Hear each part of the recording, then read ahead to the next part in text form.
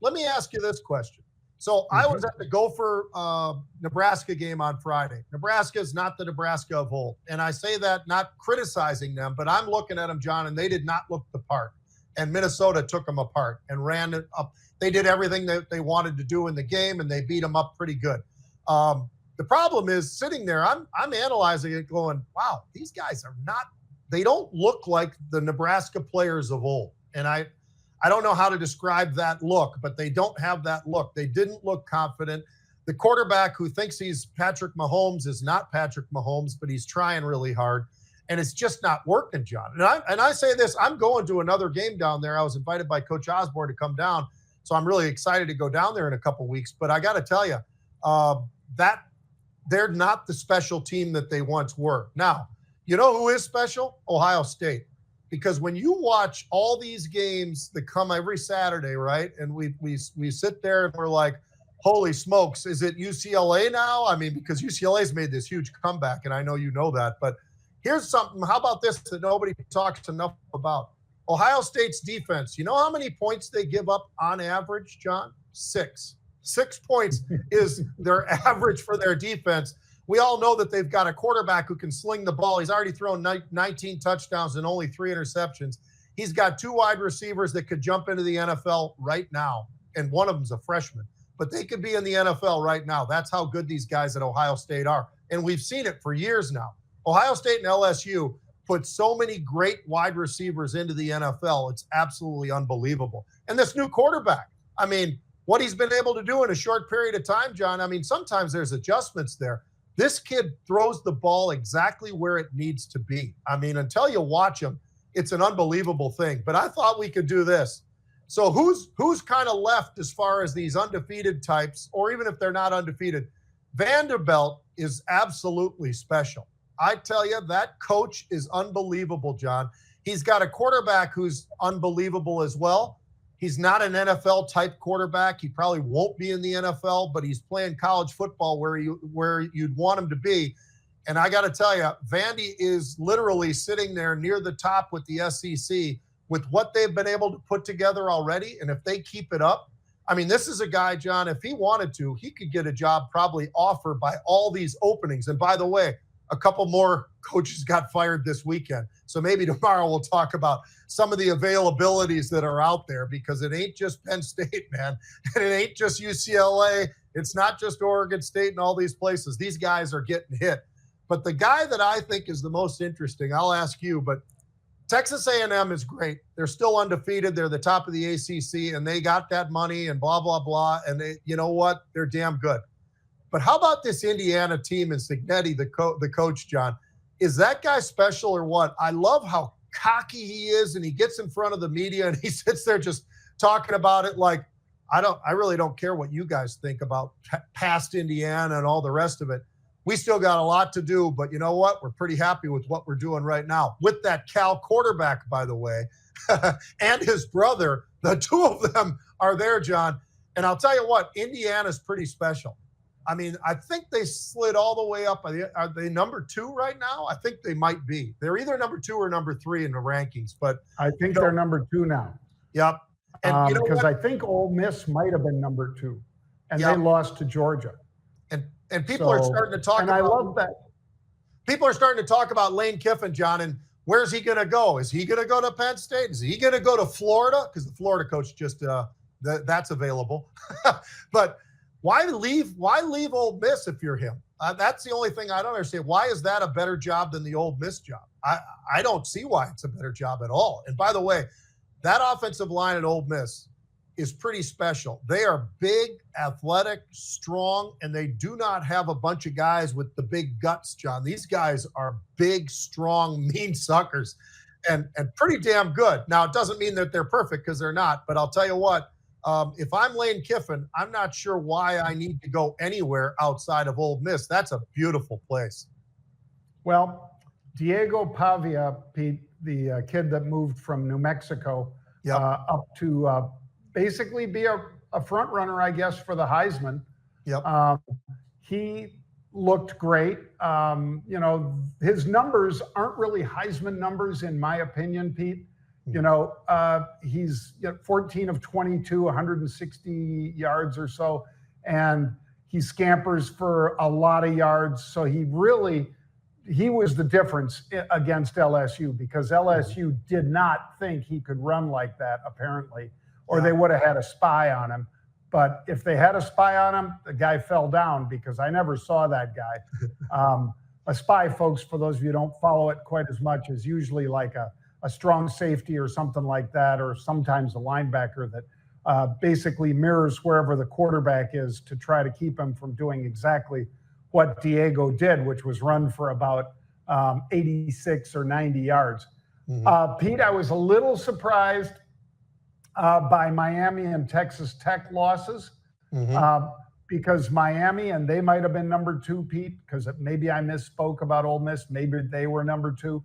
But Miami losing and then having their quarterback, it wasn't as bitter as you might think, but he really said, hey, my receivers didn't run the route. He said, that's why I threw 4 interceptions. They weren't running their routes. And that's something that, Saban would hate to hear, because he says, it's your fault. If you do it, it's your fault, but I'll take the blame. The coach will take the blame, but you don't blame another player.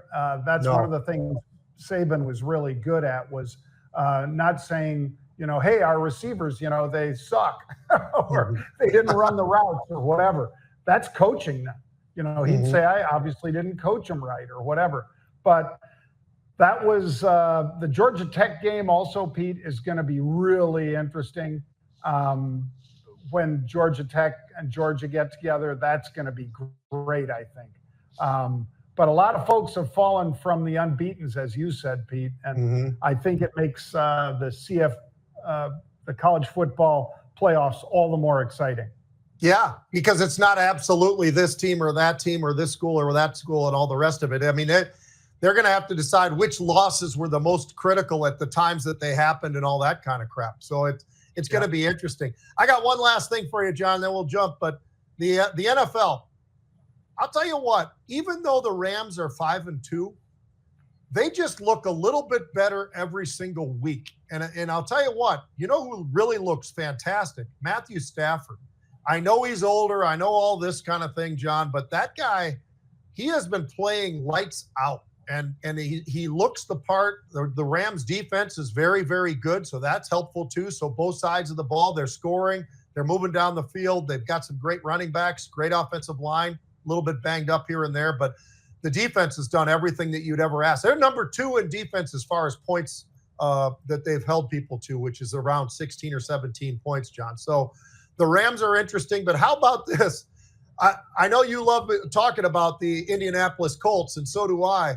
The fact that they're 6-1, and the fact that Daniel Jones, all right, everybody's saying, well, he isn't really doing it. It's just the running back. It's Jonathan Taylor. Well, Jonathan Taylor's great. He really is. But how about these numbers? Daniel Jones against the Chargers, John. Probably one of the best teams in the AFC is the Chargers, I think. And he comes out there and he throws for 288 yards, a couple touchdowns, 0 interceptions. The one thing that people are forgetting is the kid's not throwing interceptions. He's just not. He's out there. He knows how to get the running game going. Obviously, Jonathan Taylor doesn't hurt. But I'll tell you what, he's hitting the right people. He's got that great tight end. I mean, across the board, you start looking at the Colts and you're like, wow, is this team for real? And I think right now they are, because defensively they are, offensively they are, special teams they are. They are doing everything that it takes, and nobody wants to acknowledge still that the Colts are damn good. They all are like, well, Daniel Jones, it's gonna implode. Maybe it will, but right now the kid's playing lights out, and he's one of the best quarterbacks right now in the game. It's amazing. Well, I got to throw out to my Chicago Bears, Pete. Yeah. Because as you know, 4-game win streak. They started the season losing the first 2. Now they've got a 4-game win streak, and during this win streak, 8 interceptions, 10 sacks. It looks, I'm not going to say 85 Bears, but I'm going to say they look like a really good defense. And that's what you're going to have if you're going to play Detroit and Green Bay. because those guys can put up points. But the Bears, no 100-yard receiving against them, Pete. Dennis Allen, that D coordinator, just has them hitting on all cylinders. So I really like that. Let's leave it on this one, Pete. What do you think tonight with Tampa Bay, one of your favorite teams that we talk about all the time? Yeah. I love Tampa, John, and I think they're on a roll. I think they're a team that really has their focus, right? I mean, they've got good running backs. We've got a quarterback that everybody loves now, and I love that he's been able to get to where he is, right? I mean, I think he's arguably one of the best quarterbacks as a winner that we've watched in a long time. I mean, the guy just manages to do the right things, not make a lot of mistakes. He does have great receivers. He's got a really good offensive line, and Tampa's back with that Buccaneer defense. I like everything about them. I think they are one of the best teams in the NFC. I mean, I know I just said the Rams, but I think that the Tampa and the Rams are probably the two front runners. And I'll tell you, your Chicago Bears, they are playing on both sides of the ball. They are doing all the right things. Your quarterback, who I always was very iffy on, is starting to convince me that maybe he is the quarterback that deserved to be the number one pick in the draft and all the rest of it, John. I mean, because they put enough pieces around him. That Bears team is actually pretty dangerous looking team. And I'll tell you what, it's a total up for grabs right now. And the Minnesota Vikings' biggest problem, and I've been on this for a long time, their defense can't stop people. They love to say how B-Flow, as they call him, Brian Flores, is the best defensive coordinator in football. No, he's not. They got linebackers that are too small. They got a D-line that's too small in the middle. And teams that are smart try to run the football on them and do pretty well when they do, John. And they give up a hell of a lot of yards, and they've been giving up way too many points. So why everybody thinks that he's the greatest defensive coordinator in football, I have no idea, because I'll tell you what, give me the Bears, give me the Colts, give me the Rams D coordinators. I'll take those guys every day, because they put them in the right position to win. And I think that's the key, is don't try to trick people. Just get up there and punch them in the mouth. I don't mean that literally, but that's the way you play football in the NFL. You beat the guy in front of you. Yep. Well, it's Lions by 6 tonight, Pete, at Ford Field. So I'm sure that swings a couple points in their favor, but I don't know. I mean, Baker and that team, could they put up a surprise on the Lions tonight? I think so. Yep. So maybe both of us might be taking the points tonight.